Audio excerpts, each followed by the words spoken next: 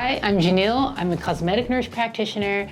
I've been injecting Botox, fillers, doing skin treatments like lasers and microneedling since 2013. I'm so happy you found my page. Today, I'm looking at some TikTok videos. Check them out with me. I know the internet is information overload. You may be thinking about doing some of these cosmetic treatments and you just don't know what to believe, where to start. You might have a lot of questions and concerns. So we can go through these together. We'll debunk any myths. Let's check them out.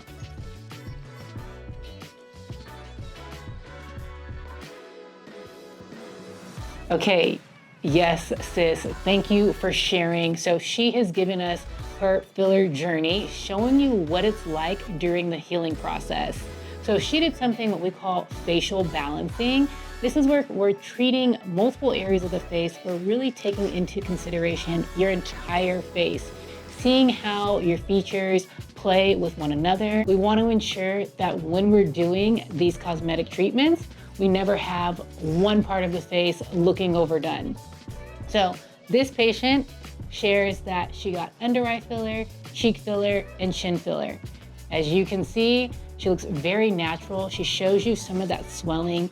Things will look exaggerated during that first couple of weeks after injections. This is normal and to be expected. I want you to keep this in mind as you're planning your appointments. In case you have major events, you want to plan accordingly.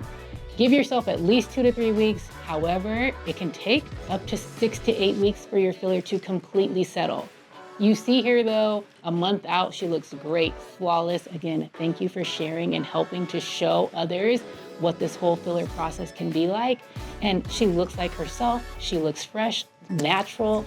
That is always the goal. Filler and cosmetic treatments is meant to add to your already beautiful, unique features.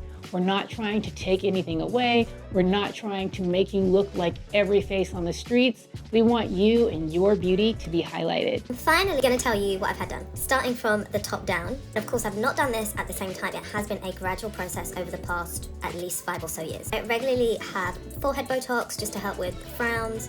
And also I put a little Botox on the tail of my brow to help lift the eyebrow. I also found that it's almost given me like a fake blepharoplasty. You may have seen in my previous photo, like not much eyelid was showing, but now more eyelid is showing. So only thing I think that can be down to is Botox. I have not had under eye filler, contrary to popular belief. I have had is cheek filler. As you saw, I've always had very good cheekbones, but with age, with weight loss, they've kind of sunk a bit, so the filler is just there to lift things back up to when I was 23. We put a little bit of filler medially as well, and that's just helped to lift up and support that under eye area. I've never had anything done to my nose. With my smile lines, a lot of people asked about that. I have had a little bit of filler there, not directly to the smile line itself, but just an aliquot of filler either side of my nostrils. That just helps to lift the nasolabial fold, but also helps with nasal flaring as well. Okay, in the bottom third of the face, I have had lip filler. I've only had lip filler about twice. I think in total in my life I've had about 1 mil, maybe 1 and a bit mil put on my lips. That was last done like 5+ years ago, but still a bit has retained, so yes, filler lasts longer than what you think it does. I've had my chin done quite a few times. I would say in the entirety of my life I've had like 3 mil, maybe 4 put in my chin, just because there wasn't much of a chin before. Not only does it help to provide structure to my face, improve the proportion of my face, but also it helps to disguise my coming through. So basically my face is full of plastic, but that's... Okay, I love videos like this because I think the internet is full of fear-mongering, always bashing filler, Botox, cosmetic treatments. But as you can see, she's a perfect example of how we can use these treatments to get natural results. She looks like herself, she looks fresh. That's always the goal. And she said her face is full of plastic. So is mine. I have treated all those areas that she discussed on the face and more. I've done my temples, my under eyes, my cheeks, my smile lines, my chin with filler, with all natural filler, with Botox. I've done skin treatments like microneedling, hydrofacial, laser. This is what my patients look like. Read the reviews, look at their before and afters, watch the videos they post. They look fresh. They tell me they feel so much more confident. It's not anybody asking them, who's your filler girl, who's your Botox girl, I need to go see her, but they're hearing comments like, did you change your hair? Why do you look so fresh? You look rested. I'm getting carded when I went out. Again, that's the goal.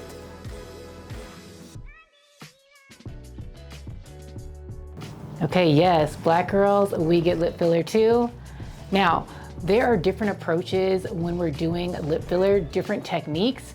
I don't do this approach here. I think of this almost as like a shotgun approach. I really like precision with what I'm doing. So I like to use a really thin needle. I don't know if you can see that here, very tiny, but it helps me to get exactly where we want, how much we want, helps to minimize the pain. I also don't do as much manipulation. I don't rub on the lips too much. This is gonna settle without you having to touch it. So she is kind of manipulating this, mashing it a little bit with some of her tools. I don't do this. Our filler is moldable. We're able to just gently massage it after we're finished. You don't have to go home and do anything. I don't want you to misplace it by touching it. This will settle. You can expect to feel some little bumps in the skin. This is normal. These will resolve on their own without you doing anything. When you go home, what you'll expect to see is lips get more swollen initially after this injection, and then they start coming down over the next 2 to 3 weeks. 6 to 8 weeks for the filler to completely settle, integrate in with your skin, and then if you want to do more, we can.